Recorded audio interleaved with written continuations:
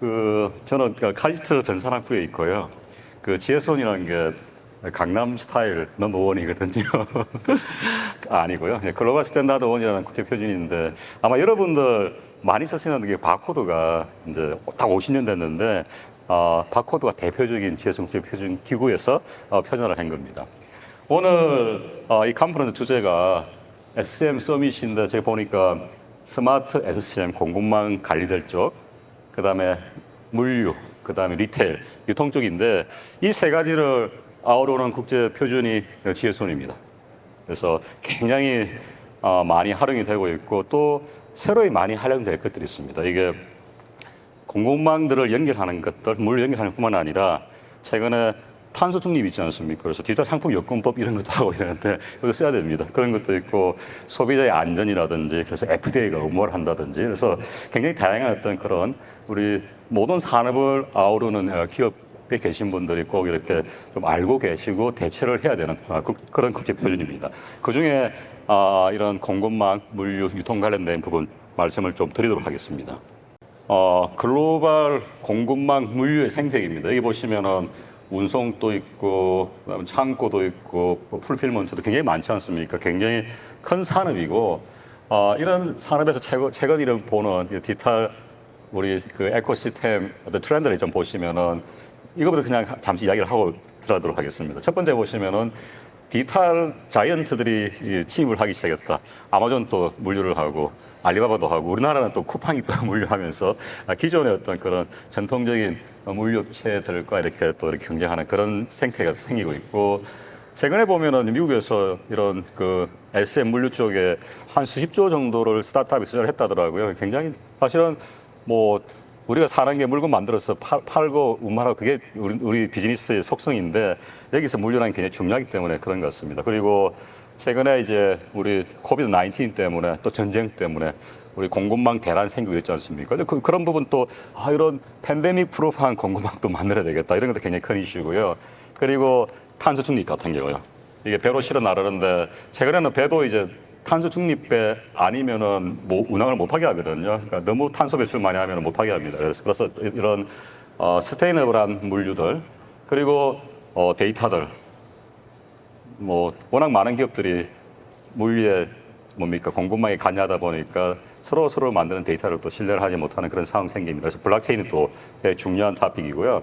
그다음 우리 클라우드 컴퓨팅이 클라우드 컴퓨터 서비스 하는 것처럼 이런 물류도 아웃소싱을 많이 하게 됩니다. 그래서 물류 애저 서비스 이런 것도 있고요. 그다음에 이제 센서라든지 이런 걸 많이 써서 어떤 컴퓨팅 이런 것들도 엣지 컴퓨팅 하는 그런 부분도 많이 이야기되고 있습니다. 디지털 트윈도 마찬가지고요. 우리 공급망 물류 쪽도 시뮬레이션도 해보고 하지 않습니까? 그런 것들도 있고 또 이제 AI죠, 그죠? AI 트럭도 있고, 그죠? AI 로봇도 있고, 그 다음에 AI를 가지고 뭔가 우리 물류에서 예측을 하는 이런 부분들이 하나의 큰 트렌드입니다. 이 트렌드에 지혜손 국제표준이 굉장히 중요한 역할을 또 하고 있습니다. 지혜손 국제표준의 내부를 살펴보시면은 많은 디비전이 있습니다. 국제표준 기구인데 헬스케어도 있고요. 헬스케어도 1년에 매년 큰 컨퍼런스 2차례 열고 이럽니다. 또 그 중에 하나가 운송과 물류 쪽입니다. 트랜스포트 앤 로지스틱스인데요. 그래서 기본적으로 우리 생산자, 그 다음에 유통, 물류 이런 기업들이 내가 보낸 물건이 제대로 가고 있는지 실시간으로 알고 싶고 그죠. 언제 도착할지 아는 어떤 그런 부분들을 글로벌하게 만들어줄 수 있는 게 지혜손 국제표준 기구에서 하고 있는 목표입니다. 최근에 저도 알리익스프레스나 이런 쪽도 아마존들에서 많이 물건을 좀 사는 게 있거든요. 연구 때문에. 근데 아마존은 잘 들어왔는데 알리익스프레스는 제가 열흘 전에 낸 게 지금 어디 간지 모르겠어요. 간세 사무소 맨날 전화도 안 받고 이러는데 기본적으로 소비자는 그런 불편을 또 가지고 있습니다. 그래서 지혜손의 트랜스포트 앤 로지스틱스는 이제 그런 부분들을 해소하려고 하는데요. 이 지혜손 국제표준은 이제 올해 만 50살이었습니다. 한국은 지혜손 코리아로 올해 만 35살이고요. 그래서 이번 주가 지혜손 코리아 창립 35주년 행사가 있는 그런 주입니다. 그래서 지혜손 CEO도 지금 한국에 방문해 있고요. 굉장히 정부라든지 기업들과 많은 접촉들을 가지고 있습니다. 내일은 저희 쪽 방문을 할 예정인데요. 지혜손의 대표적인 표준은 여기 보시면은 바코드요. 그 다음에 EDI, 우리 기업 간 전자상거래에서는 EDI라든지 글로벌 데이터 싱크 네트워크 나중에 말씀 좀 드리겠습니다. 그리고 가장 디지털 전환에 중요한 EPC 글로벌. 예전에는 제가 RFID를 불렀는데 이 RFID가 굉장히 진화를 많이 해가지고 제가 지금 소개드리는 많은 어떤 그런 응용 서비스에 활용이 되고 있습니다. 전 세계 116개 국가가 MO고요. 한국은 이제 대한상공회의소 유통물류진흥원이 한국을 대표로 하고 있습니다. 카이스트 같은 경우는 이제 오토 아이디 랩스라고요. 원래 그 RFID라든지 IoT라든지 제가 오늘 설명드리는 그런 많은 기술들은 이 오토 아이디 랩스 카이스트뿐만 아니라 MIT나 캠브리지나 6개국 대학으로 이루어져 있거든요. 그래서 여기서 나온 기술들이 진화가 되어가지고 많이 활용이 되고 있습니다. 그래서 카이스트 같은 경우는 이 오토 아이디 랩스 멤버로서 한 20년 이상 지혜성 표준들을 표준화하고 연구도 하고 있습니다. 좀 서비스를 설명을 드리기 전에요. 레귤레이션이라든지 기술들을 조금 아시는 분도 많이 아시겠지만 소개를 드리면은 지혜손의 심장은 일단 바코드입니다. 몇 년 전에 BBC가 현대 경제를 만든 50개의 어떤 그런 기술들을 선정을 했는데 그 중에 하나가 바코드입니다. 여러분 바코드 없다고 생각해 보시면요. 뭐 어떻게 됩니까? 그죠? 저기 마트 가서 물건을 살 수가 없죠. 그죠? 순간에 딱 사라져버리면 계산이 안 되기 때문에 가격도 모르고 병원도 마찬가지고요. 물류도 마찬가지고 그렇습니다. 그래서 제 손의 심장은 바코드인데요. 이 바코드가 보시면은 하이네켄 같은 경우에 앞에 871이 국가 코드입니다. 네덜란드의 2002 하이네켄이고 요 뒤에 5자리 숫자가 하이네켄에서 생산하는 다양한 생품들에 대한 코드입니다. 그래서 가장 기본은 상품 코드란 것이고요. 이게 GTIN이라고 합니다. 글로벌 트레이드 아이템 넘버라고요. 그래서 전 세계 한 200만 이상의 기업이 가입을 하고 있기 때문에 각 기업들은 여기 국가 코드, 기업 코드를 가지고 자기의 상품에 이런 코드를 부착을 하게 됩니다. 그리고 우리 백신 같은 경우는 한 패키지 하나만 다 이력적으로 해야 되거든요. 그것 때문에 시리얼 번호까지 가게 됩니다. 그래서 이게 가장 기본입니다. 그래서 그 지혜성 국제 표준은 크게 보시면은 식별자, 바코드나 RFID 같은 캡처, 그 다음에 데이터 공유하는 것들, 그 다음에 다양한 응용, 유통, 물류, 그 다음에 뭐 철도, 헬스케어 이런 다양한 응용 분야의 국제 표준들이 있습니다. 국가 코드는 뭐 우리나라는 여기 880이고요. 그래서 모든 나라들이 세 자리의 국가 코드를 가지고 있는데 우리나라는 하나밖에 없어요. 880 하나밖에 없습니다. 미국은 140개 있고요. 독일이 40개인가 그래 있거든요. 이게 뭔가 하면은 경제 규모에 해당될 수 있습니다. 우리나라 기업들이 다 하나씩 가져야 되거든요. 그런데 우리나라는 이미 복락하고 있습니다. 네, 뭐 미국 같은 경우 워낙 많죠, 그죠? 그래서 아직까지 이제 코드가 풍부한데 우리나라도 아마 곧 조만간 한 개가 더 들어올 것 같아요. 880 다음에 881이 들어올 거라 예상이 됩니다. 그때 좋은 번호 먼저 받으세요. 혹시 안 가지고 계시면. 그래서 이 지혜성국제 표준의 그 기본 개념은 제가 아까 아이덴티파이 식별자. 그러니까 식별자 13개입니다. 상품만 있는 게 아니고요. 우리 얘 같은 경우는 이제 뭐 파이자가 백신을 만들면은 파이자 회사 코드, 파이자의 건물 코드, 장소 코드입니다. 글로벌 로케이션 넘버 코드라고요. 이것도 그냥 위치 바코드라고 보시면 됩니다. 그리고 우리 그 약병이 우리 일반적인 바코드를 가지게 되고요. 그다음에 포장박스, SLCC 포장박스도 코드가 있고 운송하는 트럭도 코드가 있습니다. 그리고 나중에 우리 병원에서 이 백신을 맞게 되면은 환자도 코드가 있는 거죠. 저희도 병원 가면 다 요즘 코드 있지 않습니까? 그죠? 근데 우리나라 병원은 아직까지 각자 국제표준화된 아닌 코드를 씁니다. 근데 이게 연결되려면 국제표준 코드를 가져야 되고요. 그 다음에 의사도 마찬가지, 간호사도 마찬가지입니다. 그래서 비즈니스 산업에 필요한 모든 식별자들을 13가지 종류로 해서 글로벌하게 만들게 됩니다. 그리고 캡처가 이런 바코드, 데이터 매트릭스, 2차원 QR, RFID 이런 것들이 있고요. 이거 외에도 뭐 AI 카메라로 마트에서 누가 어떤 물건을 집었다, 뭐 이런 것도 다 인식 가능하거든요. 그래서 이런 다양한 방법으로 캡처를 하고요. 그 다음에 데이터를 공유하는 이런 표준들을 만들고 있습니다. 바코드에 보시면요. 좀 바코드가 긴 게 있습니다. 여기 보시면은, 이 긴 바코드에 보시면은 가로 열고 01880도입니다. 그래서 이게 이제 AI라고 하거든요. 그래서, 코드를 가지고 DB에서 많은 정보를 얻을 수 있겠지만, 현장에서 인터넷 연결 안 되고 바로 내가 뭔가 이 상품에 대한, 이 장소에 대한 정보를 알고 싶다. 그럴 때는 코드를 길게 쓰면 됩니다. 그래서 예를 들어서 01은 상품 코드고요.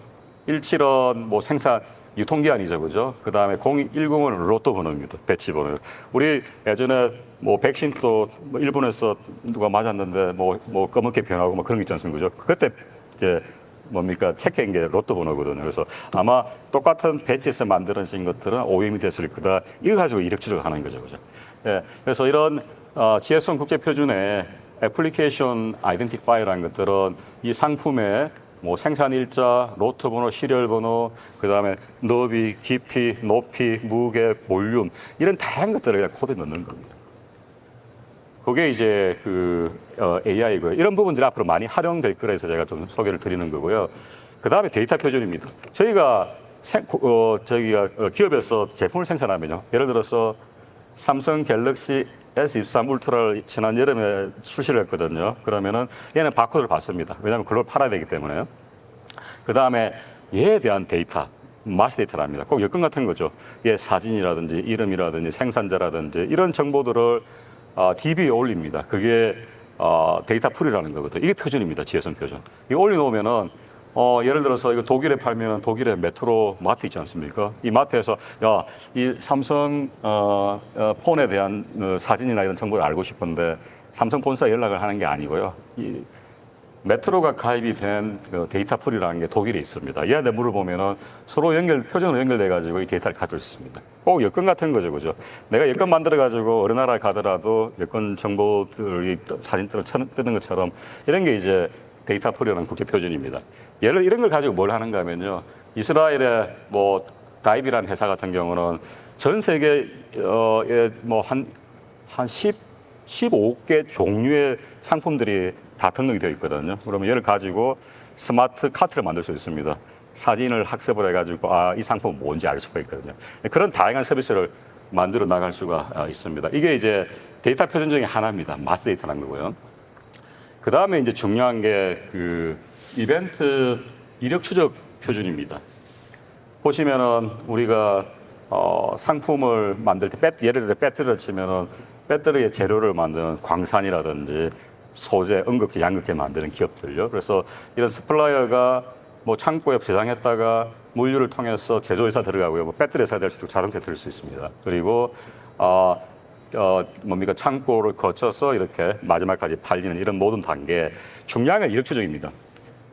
그러니까 뭐 배터리 같은 경우에 어느 강산에서 언제 출하가 된 그 원료를 가지고 리튬 같은 걸 가지고 그게 예를 들어서 그 다음 단계로 옮겨지게 됩니다. 이 옮겨지게 될 때 요 붉은색 점선의 이벤트들이 생기게 되는데 이거를 기록을 해야 되거든요. 이게 표준입니다. 그래서 아르헨티나에 있는 어떤 강산에서 리튬이 생산이 되었다. 그죠? 이 정보. 그 다음에 그게 예를 들어서 한국에 뭐 포스코로 왔다. 그죠? 그 다음에 재련을 해가지고 음극재, 양극재를 만들었다. 그게 LG 엔솔의 배터리에 들어갔다. 예를 들어서 생산되었다. 이것들 다 표준을 합니다. 그래서 많은 기업들이 자기네들이 만드는 데이터를 다 표준화되고요. 그 다음에 요 붉은색이 이벤트인데요. 요 안에 들어간 데이터도 표준을 합니다. 그래서 사실은 보면은 모든 상품들이 원료부터 소비자까지 갈 때까지의 모든 단계, 운송, 물류 다 포함합니다. 여기에서 생기는 데이터들을 표준화해서 관리를 하면은 그거죠. 전 세계 1억 5천만 종류의 물건들이 언제 태어났는데 어떻게 태어났는지부터 그죠? 어떤 운송, 물류 절차를 거쳐서 소비자에게 간 이런 모든 데이터들이 그냥 한 큐에 다 들어오는 거죠. 지금은 그래 안 됩니다. 왜냐하면 기업마다 다 다른 DB 스키마를 쓰고 오픈도 안 하고 API 다 다르거든요. 이거를 표준화하는 게 GSO입니다. 그래서 여기 보시면은 조금 전에 제가 배터리 예를 들었었는데요. 예를 들어서 남미에 우리 리튬 강산에서 그죠? 스플라이어죠, 그죠? 포스코 케미칼 이름 바뀌었죠, 그죠? 거기서 강산을 가지고 있죠, 그죠? 그럼 여기서 생산되었다. 그러면 표준으로 데이터를 만들고 자기 DB에 올리게 됩니다. 그리고 이게 전구체나 음극체나 양극체 만드는 회사로 납품이 되고 그럼 얘네들은 또 상품을 또 만들겠죠, 그죠? 코드를 붙이고 생산된 정보를 또 기록을 하게 됩니다. 그리고 배터리 만들고 테슬라나 현대나 기아에 들어가서 이제 자동차 생산되죠, 그죠? 그 다음에 이게 소비자까지 가고 나중에 또 중요한 게 재활용입니다, 요즘은요. 그래서 배터리 갈아가지고 리튬이라든지 그죠? 새로 다 이렇게 재활용 원료를 만드는 이런 전 과정의 데이터들을 표준으로 이렇게 이력 추적도 하고 공유도 할 수 있게 됩니다. 이게 굉장히 중요한 시대가 왔습니다. 또 하나가 요거 설명하고 제가 이제 좀 규정들이라든지 응용들 좀 말씀을 드릴 텐데요. 또 하나가 차세대 바코드입니다. 지금 우리 아까 제가 마트에서 하루아침에 바코드가 사라지면은 문 아무도 못 산다 했지 않습니까? 그죠? 이 바코드가 이 차세대 2D 바코드로 가고 있습니다. 이게 뭔가 하면요. 이게 저희가 이야기할 때 그 GS1의 바코드, GTN이라고 하거든요. 얘랑 그 인터넷이 만나서 사랑에 빠져서 결혼해서 난 이제 아기가 2D 바코드를 합니다. 이게 뭔가 하면은 유통이나 물류나 이런 바코드나 이런 부분들이 인터넷에 있는 많은 데이터나 많은 서비스와 연결된다는 겁니다. 내 상품이 있으면은 내 상품이 인터넷에 유튜브에 홍보 동영상이 있다. 연결해야 되죠, 그죠? 내가 두부를 만들었는데 두부를 가지고 백종원이 맛있는 레시피를 개발한 게 있는데 연결하고 싶다. 너무 궁금하거든요. 그러니까 1억 5천만 개에 달하는 다양한 상품 종류들에 대해서 많은 데이터와 많은 서비스가 인터넷에 있습니다. 어떻게 연결시킬까? 그게 이 처음 바코드입니다. 그래서 지금 또 우리 풀몬 QR도 있고, 그죠? 다 QR들이 많은데 표준 QR이 아닙니다. 딱 한 가지 일밖에 못 합니다. 근데 그게 이제, 하나의 QR로 통일이 되고요. 소비자들이 또는 물류나 중간에 운송업자들이 요구하는 다양한 서비스를 한 큐에 이렇게 QR 하나로 다 제공해 줄 수 있는 게 GS1의 2D 바코드입니다. 그래서 보시면은 여기 보시면요. 어떤 상품 또는 어떤 장소에 대해서 소비자가 알고 싶은 것도 원산지, 우리 뭐 수산물 때문에 요즘 난리잖아요, 그죠? 그래서 저기 뭡니까 수산물의 QR. 지금 요즘 보면 수산물 다 QR이 있거든요. 찍어보면 바코드도 있고요. 찍어보면 원산지도 알 수 있고, 안에 어떤 성분이 있는지도 알 수 있고, 이거 어떻게 보관해야 될지 소비자가 원하는 그겁니다. 그리고, 뭐, 리사이클링 정보라든지 아니면 레시피라든지, 그래서 소비자들이 원하는 것들을 다 표준을 했습니다. 그래서 기업들은 앞으로 QR을, GS1 표준 QR을 붙이고, 여기에 필요한 서비스들을 다 이렇게 소비자한테 제공해 줄 수 있는 통로가 생긴 겁니다. 이 말은 뭔가 하면요. 제가 전 세계를 돌아다니면서 만나는 상품을 만나면요. 물어볼 수 있습니다. 너 어느 나라에서 만든 거니? 그 표준으로 합니다. 영어로 뭡니까? Where are you from? 그게 아니고요. 딱 그 GS1 표준으로 물어보게 됩니다. 그리고 너 가지고 만들 수 있는 뭐 레시피 좀 찾아줄래? 딱 하나의 그 언어로 통일이 되거든요. 이게 뭔가 하면은 원래 오토 아이디 랩이나 GS1에서 이제 저희가 맨 처음 만든 게 아이오티 용어로 제가 맨 처음 만든 1999년도에. 그래서 한 게 뭔가 하면은 모든 사물의 식별자를 주고 그 모든 사물과 뭡니까 소통을 할 수 있는 그런 기술들을 만들고 표준화를 했는데 그 중에 하나가 디지털 링크가 되게 됩니다. 그래서 여기 보시면은 지금 QR에 보면 다 URL이 들어가거든요. 근데 URL이 표준화됩니다. https 뭐 삼성.com 또는 gs1.org 그죠 풀문.com 상관없습니다. 도메인 네임 있죠, 그죠? 여기다가 이제 이 이 차세대 바코드 서버를 돌리게 되는데요. 그 다음에 보시면 901 여기 상품 코드입니다. 아까 제가 긴 바코드 하면서 가로 열고 했지 않습니까? AI 하면서 설명 들었었는데 01은 상품입니다. 여기에 상품 바코드 10 로트 번호, 21 시리얼 번호, 물음표, 17원 유통기한 이렇게 여기에 QR이 들어있습니다. 그럼 여러분은 뭘 하는가 하면은 카메라로 딱 스캔을 해가지고 앱이 있어가지고 카메라 스캔해가지고 여기다가 앱을 만드실 때 상품을 스캔하세요 카메라로 해놓고 그 다음에 상품이 스캔되면은 뭘 원하세요? 뭐 레시피를 원하냐? 아니면 원산지를 원하냐? 콕콕 찌르면은 정보를 다 가져다 줄 수 있게끔 이게 다 표준화가 만들어지다 보시면 됩니다. 이게 차세대 바코드고요. 미국은 2027년도까지 이리 가려고 합니다. 리테일 이니시티브라고 있거든요. 그래서 기존의 바코드와 병행을 하든 아니면은 QR로 가든 디지털 링크죠. 요거로 가게끔 돼서 그래서 우리나라도 이제 준비를 좀 해야 되지 않을까 생각이 듭니다. 그리고 우리 제조 보시면은 뭐 인더스트리가 아니고 스트리죠, 그죠? 인더스트리 4.0 그다음에 AES 뭐 이런 이야기 많이 하거든요. 여기도 보면은 제조에 사용되는 장비들, 그다음에 그 부품이라든지 이런 것들 여기에서 이제 보시면 이제 여기도 이제 최근에 많이 이야기 나오는 게 이 QR입니다. 이 QR이 독일의 딘스펙 91406, 그다음에 IC 국제 표준이거든요. 근데 여기서 표준화한 게 굉장히 단순합니다. QR에 URL에 들어가는데 쪽만 나지 마라. 다른 회사 거랑. 그게 딱 표준입니다. 그러면서 예제들을 쭉 하는데 가장 밑에 있는 예제가 조금 전에 GS1 디지털 링크입니다. 그죠? 이미 독일의 보시라든지 뭐 컨티넨탈, GF라든지 자동차 회사들이 다 지혜성 코드를 쓰고 있습니다. 그래서 그렇기 때문에 앞으로 이런 QR들을 붙이게 되는 것들이 좀 오마되고 할 텐데 거기에 이제 지혜손의 디지털 링크들이 많이 활용이 될 거라고 봅니다. 그래서 지혜손은 그 유통 물류뿐만이 아니라요. 보시면은 전 세계 다양한 산업들요. 철도나 뭐 해운, 항공, 자동차, 뭐 광산, 그죠 국방도 있고요.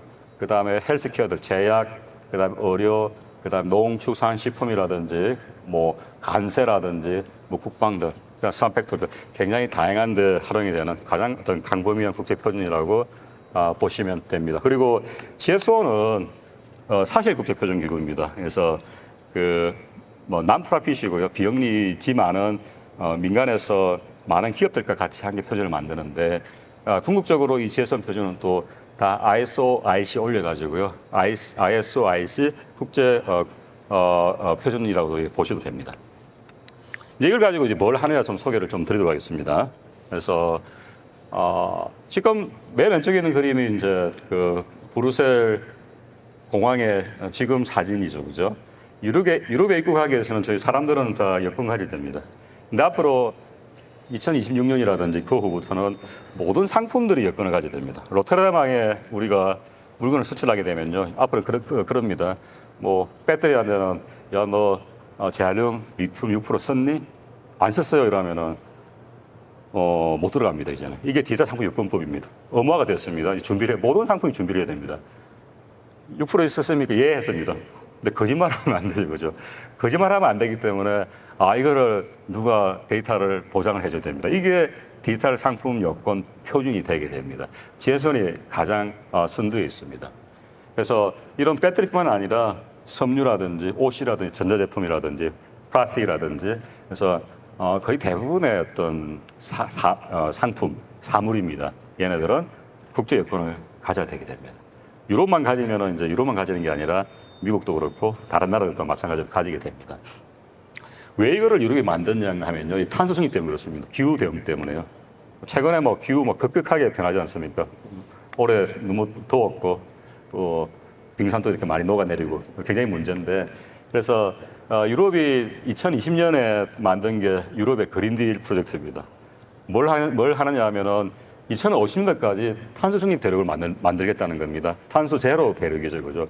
한번 뭐 그까지는 불가능할지는 모르겠습니다. 그렇지만 이거 안 줄이가서는 사실은 인류가 계속 살아난다는 보장이 없지 않습니까, 그죠? 그래서 이게 유럽 그린딜이고 1조 유로인가요? 굉장히 많은 돈을 앞으로 투자할 겁니다. 그리고 2030년까지 온실가스 배출량 감축을 뭐 90년도 수준과 비교해서 한 50%에서 55%까지 낮추겠다. 이게 여기 보시면 이제 그 유로 55인가 봐 그런 프로젝트일 겁니다. 그래서 하는 게 뭔가 하면요. 이제 우리가 냉장고 보면은 에너지 등급 있지 않습니까? 1, 2, 3, 4등급, 5등급 이거 다 거의 의무화됐지 않습니까? 그죠? 근데 그게 아니라 고 플러스 에너지뿐 아니라 환경 등급을 갖는 게 같은 의미입니다. 그래서 이게 에코 디자인법이고요. 원래 에너지는 2009년도에 발표된 건데 2022년 작년 3월 달에 추가를 했습니다. 환경 라벨이죠, 그죠? 이게 그 에코 디자인 규정이고요. 기본적으로 이거를 시행을 하기 위해서 이제 보시면은 뭐 제품 내구성이나 재활용 정보라든지 이런 부분들을 디지털 상품 여권을 가지고 이제 해결을 하게 되고 GSON이랑 유럽의 유로커머스랑 같이 해서 이런 부분들을 많이 준비를 하고 있습니다. 궁극적인 목적은 뭔가 하면요. 이겁니다. 지금까지 우리가 선행 경제를 했거든요. 그래서 그 원재료 아까 배터리 원재료부터 해가지고 제품 생산하고 팔고 쓰고 쓰레기통에 버리면은 그냥 버리는 매립이나 또 태워버리지 않습니까? 저희도 지금 뭐 플라스틱 재활용이라든지 이런 걸 하기 위해서 AI도 기술도 개발하고 로봇도 만들고 같이 하고 있는데요. 여기 보면은 우리가 아무리 뭡니까 학교든 기업에서 플라스틱 다 배출하잖아요, 그죠? 이게 또 섞여버리고 또 나중에 이거를 다 또 가서 또 뭡니까 분류하고 이런 것도 사람이 수작업을 하거든요. 많이 못합니다. 많은 부분들이 다 태워지든지 매립이 되게 됩니다. 그래서 뭘 하는가 하면은 궁극적으로 이런 기존의 선행경제는 버려버렸는데요. 매립을 했는데 이걸 돌리는 겁니다. 돌려서 리사이클링, 리유즈, 리사이클링 또는 업사이클링. 그렇게 해서 뭡니까 원재료들을 아껴 쓰자는 거죠. 그렇게 해서 저희가 뭡니까 지구도 지속 가능하게 저희가 살 수가 있고 환경 그다음에 탄소 기후 변화에도 대응을 할 수 있게 됩니다. 그래서 이게 보시면 이게 이제 여권입니다. 이 여권에는 어떤 게 들어가는가 하면요.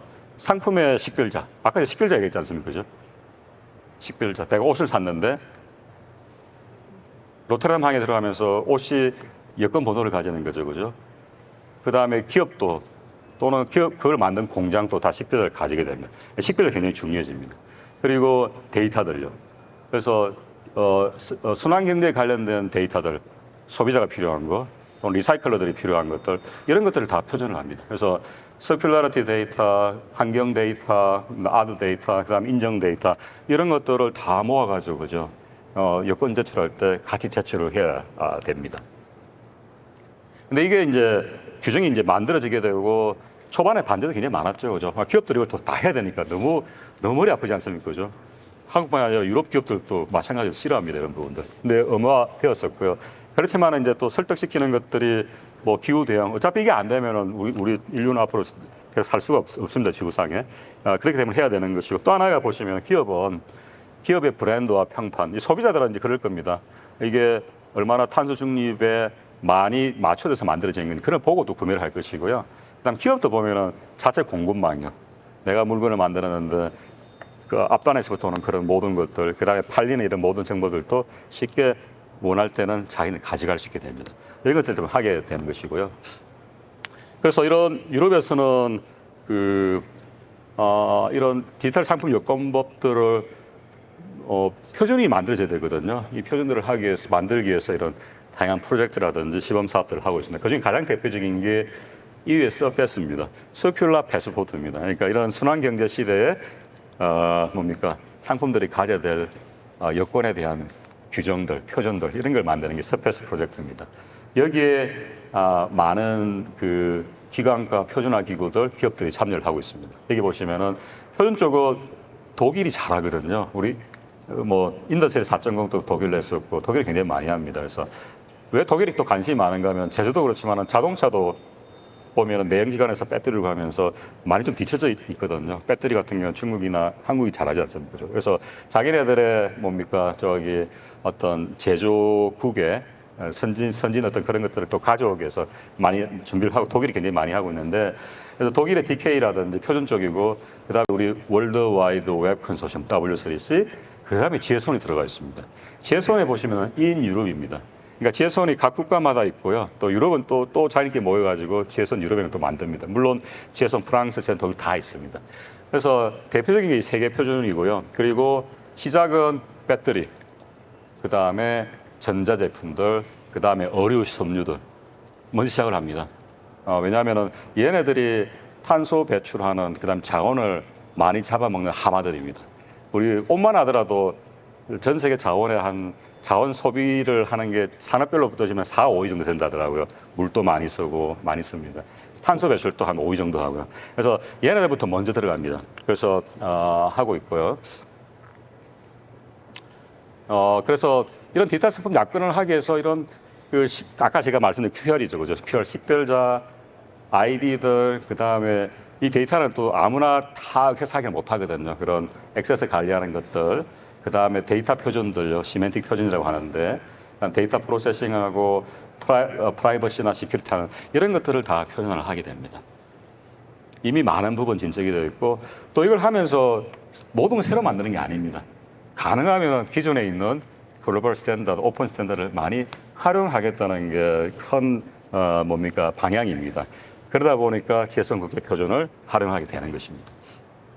사실은 다 돼 있죠, 그죠? 그래서 지혜손에 보시면은 지혜손에 만들어진 올해 4월달에 만들어졌습니다. 미션 스페시픽 워킹 그룹 온 순환경제 디지털 상품 여권법에 관한 워킹 그룹이 있습니다. 저희도 참여를 하고 있습니다. 그래서 조금 전에 말씀드린 이런 우리 지혜손의 식별, 아이덴티파이, 캡처, 그 다음에 데이터 이 기반으로 해서 만들고 있습니다. 어차피 지혜손이라는 게 이력 추적을 하기 위해서 만들었다 보니까 딱 맞습니다. 식별자도 다 있고 데이터 공유, API 다 표현되어 있기 때문입니다. 그래서 이게 이제 디지털 상품 요건법은 피해갈 수는 없습니다. 그러니까 모든 기업들은 준비를 해야 됩니다. 최근에도 저희도 기업들 굉장히 많이 만나는데 뭐 예를 들어서 뭐 섬유나 의류 쪽, 그다음에 신발 쪽 이런 보면 우리나라가 나이키나 아디다스 뭐 이런 쪽에 다 OEM을 하거든요. 그래서 뭐 이 데이터는 누가 만들까? 나이키가 안 만듭니다. 왜냐하면 나이키가 생산하는 거 아니기 때문에. 그래서 다 이런 것들을 준비하세요. 그런 오더들이 다 떨어져 있는 거죠. 다 마찬가지나 모든 게 배터리도 마찬가지고요. 그래서 이제 그게 이제 제일 중요하고요. 그다음 전통적으로 해왔던 GS온의 이제 유통이나 물류 쪽 보시게 되면은 안전 관련돼 가지고 FDA가 올해 1월 26일 날에 딱 손을 들었습니다. 앞으로 미국에서 팔리는 농산물, 뭐 채소라든지 축산물, 소, 돼지라든지 시푸드, 수산물, 너네들은 이력 추적 데이터를 내가 보고해 하면은 24시간 안에 보고를 해야 됩니다. 그게 아까 제가 말씀드린 생산, 뭐 원양 어선 배에서 참치를 잡아서부터 계속 가지 않습니까? 그죠? 소비자까지. 이 과정에 아까 제가 빨간 화살표들을 했었는데 그 빨간 화살표들을 다 만들어 놨어요. 요 빨간 화살표들을 너무 많이 하진 않습니다. 그러니까 적당하게 이력 추적하기 위한 빨간 화살표들과 거기 데이터들을 표현하는 이 빨간 화살표가 이겁니다. 크리티컬 트래킹 이벤트입니다. 이벤트들 중에서도 굉장히 중요한 것들. 그 다음에 그 이벤트에 들어가는 키 데이터 엘리먼트가 예를 들어서 참치 같으면은 뭐 어디서 잡았는지, 이걸 건물로 잡았는지 낚싯대로 잡았는지 이런 것도 있지 않습니까? 이걸 다 표현을 해놨습니다. 그래서 FDA가 농축 수산물에 대해서 이력 추적 규정을 엄화를 했고요. 딱 3년 줬습니다. 2026년 1월 26일까지는 다 해라. 물론 우리나라도 이제 준비를 해야 됩니다. 뭐 이런 것도 있고 여기에 지에서 표준이 사용됩니다. 아이디, 아까 위치 코드, 마스 데이터, 이력 데이터. 제가 말씀드렸던 거죠, 그죠? 그리고 뭐 그 전에 이미 수산물은 2013년도에 세계 경제 포럼에서 야, 우리 해양에 관련돼 가지고 모든 국가들이 모여 가지고 머리를 맞대고 해야 될 아이템이 무엇일까 해서 도출한 게 이겁니다. 수산물 이력 추적입니다. 그래서 2015년도에 WWF랑 국제식품기구, 세계 자연기관과 식품기구가 만든 게 글로벌 다이얼로그 온 시프트 트레이스빌리티입니다.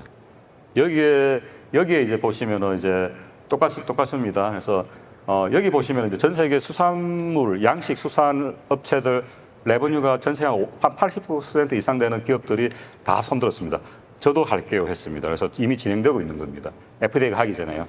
그래서 여기 사는 게 그겁니다. 여기 보시면은 이제 아까 빨간 화살표에 들어가는 데이터, 키 데이터 엘리먼트를 표준화를 하는데 이게 GS온 국제 표준입니다. 그래서 수산물, 농수산물 이미 GS온 국제 표준으로 하고, 그래서 어디죠? 아까 이후에 그 디지털 상품 요건법에는 약품이나 먹거리는 안 들어가요. 왜냐하면 이미 그 전에 하고 있기 때문에 안 들어가는 거거든요. 필요하지 않아서 그런 건 아니고요. 그 다음에 의약품은 이미 시작했습니다. 2013년도에요. 미국의 역시 FDA가 푸드 앤 드럭이지 않습니까? 푸드는 올해, 드럭은 2013년도에 엄화를 했습니다. 그래서 딱 10년 줬습니다. 올해입니다. 올해 11월 27일까지 처방받는 모든 의약품을 만드는 기업들은 이력 추적을 시스템을 만들어라. GS온입니다. 안 만들면 못 판답니다. 그래서 우리나라 미국에 수출하는 의약품 기업들은 다 준비를 하고 있어야 됩니다. 잘 하고 있겠죠, 그죠? 그래서 이게 보시면은 이제 그 의약품 이력 추적이고요. 의약품의 원료부터 해가지고 파이저나 모더나처럼 백신을 제조를 하고 유통을 거쳐서 병원에 가고 병원에서 환자를 케어하는. 여기에 들어가는 모든 스테이크홀더도 있지 않습니까? 환자도 그렇고 의사도 그렇고 보험회사도 마찬가지고 데이터를 공유하는 게 GS온 국제 표준입니다. 그 다음에 이제 공급망 물류 쪽으로 조금 돌아오면요. 여기는 굉장히 오래전부터 많이 해왔죠. 그래서 육상 같은 경우에 보시면은 뭐 유럽의 DSB라는 굉장히 큰 물류회사 있죠, 그죠? 그래서 여기 보시면 여기 육해공을 다 가지는데요. 이런 그 물류 상품들, 파설들 이력 추적하는데 GS온 표준들 활용하는 그런 파일럿을 했었고요. 많이 활용되고 있는지는 제가 체크는 안 해봤어요. 근데 큰 트렌드는 맞습니다. 여기 보시면 이제 라벨이죠, 그죠? 운송품의 라벨을 보시면은 여기에 들어간 게 다 GS온 코드가 굉장히 길지 않습니까, 그죠? 길고 얘 같은 경우 우리가 흔히 말하는 택배 코드 같은 거고요. 그 다음에 여기 안에 어떤 상품이 들어있는지, 몇 개 들었는지 뭐 이런 것들이 들어가게 됩니다. 그리고 유럽의 철도는 역시 마찬가지로 지혜선 표준을 활용을 해가지고요. 뭐 기차가 어디 있는지도 이력 추적을 하고 있고, 그 다음에 기차에 대한 부품들, 그 다음에 기차가 싣고 다니는 화물들, 이런 전체적으로 철도 비즈니스에 관련돼 가지고요. 부품부터 완성차, 철도, 운송, 이런 모든 부분들의 데이터들을 지혜선 국제 표준으로 이렇게 공유를 하고 있습니다. 계속 많이 하고 있습니다. 왜냐하면요, 이게 이전에는 다 유럽도 철도 회사들이 데이터를 공유를 못했어요. 왜냐하면은 프랑스 기차가 독일로 들어가면요 깜깜이가 됩니다. 뭐 요즘 IoT 되니까 IoT 센서를 기차에 심어가지고 5G나 LTE로 다 받으면 되겠지. 안 됩니다. 왜 안 되는가 하면요, 센서가 철로에 있습니다. 내 기차가 프랑스 기차가 독일로 들어갔는데 기차 뭐 바퀴 상태라든지 전기 기차 같은 경우 집전판의 상태라든지 기차가 알 수가 없습니다. 여기 선로에 있는 집전판의 센서라든지 아니면 선로 밑에 깔린 이런 센서들이 알 수가 있거든요. 그러다 보니까 그 유럽의 기차들은 다 지혜선 코드를 가집니다. 여기 아까 트럭처럼 코드를 가지고 이런 데이터들을 다 뭡니까 지혜선으로 하고 있고요. 시간이 참 빨리 가네요. 그 다음에 이제 항공도 마찬가지입니다. 항공도 보시면은 항공 뭐 파설 트래킹 같은 거 보시면은 여기 뭐 DHL이라든지 루프트한자라든지 KLM, 뭐 델타 이런 글로벌 항공 업체들, 물류 업체들, 포워드들 다 모여가지고 하는 게 지혜선 국제 표준을 가지고 이력 추적하는 부분들을 파일럿을 하고 있고요. 해상 쪽은 또 아주 빨리 움직입니다. 여기 보시면은 여기 있는 항구가 로테르담입니다. 로테르담은 디지털라이제이션, 디지털 트윈을 가장 전 세계에 잘한다고 하는 유럽의 그 허브 항만입니다. 다 이리 가죠, 그죠? 로테르담이요. 네덜란드 로테르담인데 2014년도에 로테르담에 있는 연구소랑 그다음에 지혜선이랑 그랬던 그림이 이겁니다. 배가 있고 항만이 있고 그죠? 배가 물건을 내려서 크레인을 통해서 컨테이너 내려가지고 기차 타고 가는 이 모든 것들에 대한 정보들을 공유를 하자. 시간도 줄이고 돈도 줄이고 그죠? 뭐 이런 것들 하기 위해서 만들었는데 여기 이제 지혜선 국제 표준이 활용이 되고 있고 그래서 여기 보시면은 뭐 굉장히 많은 해운 뭐 머스크라든지 해운사라든지 CMA, CGM, 항만 그다음에 굉장히 많은 어떤 그 해운 항만 관련된 국제 기구들이 같이 참여를 했습니다. 그래서 뭐 하나만 예를 들면요, 뭐를 예를 들까요? 우리 저 항구에 가면요, 항만마다 코드가 있습니다. UN 로 코드가 있거든요. 뭐 부산항은 뭐 KR 부산 이렇게 다짜리 있는데 그 안에 들어가면 코드가 없어요. 부산항에 터미널이 많고 터미널에 배를 드는 선석이라고 하거든요. 버스를 하는데 이게 코드가 없어요. 각자가 다 따로 쓰고 있습니다. 그래서 내가 이제 앞으로 이게 다 그 자동화가 되거든요. 그래서 배가 부산항에 들어가기 전에 지금은 뭐 전화 걸고 이메일하고 내가 어디 선석에 들어갈까 이렇게 다 하는데 이제는 데이터를 주고받게 됩니다. 자동화에. 뭡니까 뭐 자율 운항 선박 더 하겠죠, 그죠? 이러다 보니까 이제 이겁니다. 내가 저기 미국에 뵀는데 부산항에 언제쯤 들어가고 싶고 어디로 가면 좋겠습니까? 물어보면 어느 터미널에 어느 선석으로 오라고 해야 될 겁니다. 근데 선석 코드가 없어요. 각국이 다 다르겠습니다. 우리나라 다짜리 쓰거든요. 그게 표준이 코드가 안 되면은 뭡니까 내 배를 어디 있든 알 수가 없습니다. 그래서 이런 분들이 다 지혜선으로 표준화가 되고 있고 컨테이너도 마찬가지입니다. 스마트 컨테이너 같은 경우도 컨테이너에 IoT 장비들이 달리게 됩니다. 문이 열렸는지 아니면은 이 컨테이너가 육상에서 해상으로 이렇게 멀티모달 체인지를 하거든요. 다 정해놨어요. 그래서 이것들을 표준화된 데이터로 리포팅을 하게 됩니다. 이게 스마트 컨테이너 프로젝트인데 이런 쪽에 지혜선이 또 활용이 되고 있고요.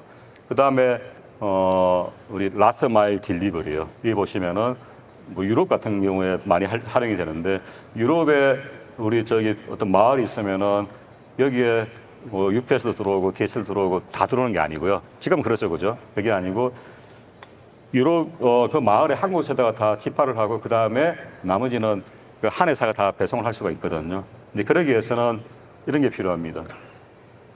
UPS는 이미 자기 코드가 있고요. 요 밑에 있는 게 지혜선 코드입니다. 이게 카먼한 코드입니다. 그래서 모든 물류회사들은 자기 코드를 가지지만은 또 지혜선의 그 국제표준 코드를 같이 가지게 됨으로써 내 바운드를 건너서 다른 기업으로 갈 때는 그 코드를 가지고 데이터를 공유하게 되는 것입니다. 그다음에 뭐 물류에 많이 쓰는 팔레트 트레이서빌리티 이런 것들도 보시면은 여기 보시면은 뭐 DHL, 도이치반 많죠, 그죠? 또 도울도 있고, 그죠? PWC도 있고, 뭐 지브라도 있고, 그래서 팔레트의 트레이서빌리티요. 그래서 팔레트를 만들어서 빌려주게 되는데 그게 전 세계 어떻게 돌아다니고 있는지 이런 것들을 알기 위해서 지혜성 국제표준과 이제 블록체인을 쓴 어떤 그런 사례고요. 그리고 블록체인 같은 경우는 굉장히 많이 씁니다. 그래서 저기 물류 이런 쪽들의 이제 블록체인 같은 경우에 보시면은 뭐 IBM의 푸드트러스트라든지 IBM 푸드트러스트가 식품적에 많이 이제 쓰는 블록체인 플랫폼인데요. 지혜성 표준을 그대로 100% 따릅니다. 식별자 그다음에 아까 붉은색 화살표 안에 들어간 데이터들이 지혜성 표준을 쓰고요. 이겁니다. 이게 붉은색 화살표입니다. 요 밑에 있는 게 데이터들이고요. 그 다음에 의약품의 메디레즈라든지 유럽의 철도 같은 경우도 데이터들을 뭐 여기 오리진 트레일 블록체인 이런 것들을 가지고 활용을 하고 있습니다. 그 다음에 뭐 지혜손에 여기 스캔 포 트랜스포트라는 이런 프로젝트도 있고요. 기본적으로 지혜손 코드, 뭐 표준 QR, 데이터 공유 이런 부분들을 써서 이제 트랜스포트 쪽, 운송 쪽을 뭐 자동화하고 효율적으로 운영하겠다는 그런 의미로 보시면 될 것 같습니다. 그리고 시간이 거의 다 됐네요. 이후에 그 멀티모달 프로젝트라는 게 있거든요. 페덱스라고 합니다. 이게 보시면은 요게 테스트 베드입니다. 유럽에 뭐 여기 보시면 흑해 발틱 운송 해상망, 그다음에 발틱 뭐 그다음에 오리엔트, 그다음에 지중해 유럽 둘러싸고 있는 해상망과 유상망들을 연결하는 프로젝트입니다. 이게 왜 표준이 필요한가 하면은 기업들이 다 자기 플랫폼 쓰고 있죠, 그죠? 데이터 다 다르고 API 다 다릅니다. 그래서 최선 표준을 써서 엮는 프로젝트로 보시면 됩니다. 그래서 많은 세관 통관 무역도 마찬가지입니다. 그러니까 미국에서 여기 보시면 여기 OT에 적힌 게 카스텀 난 보드 프로텍션이거든요. 그래서 미국으로 들어오는 모든 상품들에 대해서 이 상품의 이력 추적을 하기 위해서 이제 기업들에 대한 코드들도 지금 테스트를 하고 있습니다. 그전에는 뭐 영어로 글자로 썼었는데요. 여기 보시면은 DUNS 코드라든지 지혜손의 글로벌 로케이션 넘버, 그다음에 기업 코드, 뭐 리걸 엔티티 아이덴티파이 이거를 가지고 테스트를 하고 있습니다. 그래서 지금 하여튼 뭐 공급망이라든지 물류 쪽 관련된 것들, 하여튼 이 뭡니까 뭐 탄소 중립 산업이라든지 이 모든 것에 지혜손이 굉장히 많이 활용이 되어 있고요. 이제 요건 넘어가도록 하겠습니다. 국내에서도 상당히 이런 부분들 많이 진행을 되고 있다는 것을 말씀을 드리고요. 시간이 다 돼가지고 좀 급하지만은 제가 마치도록 하겠습니다. 감사합니다. 예.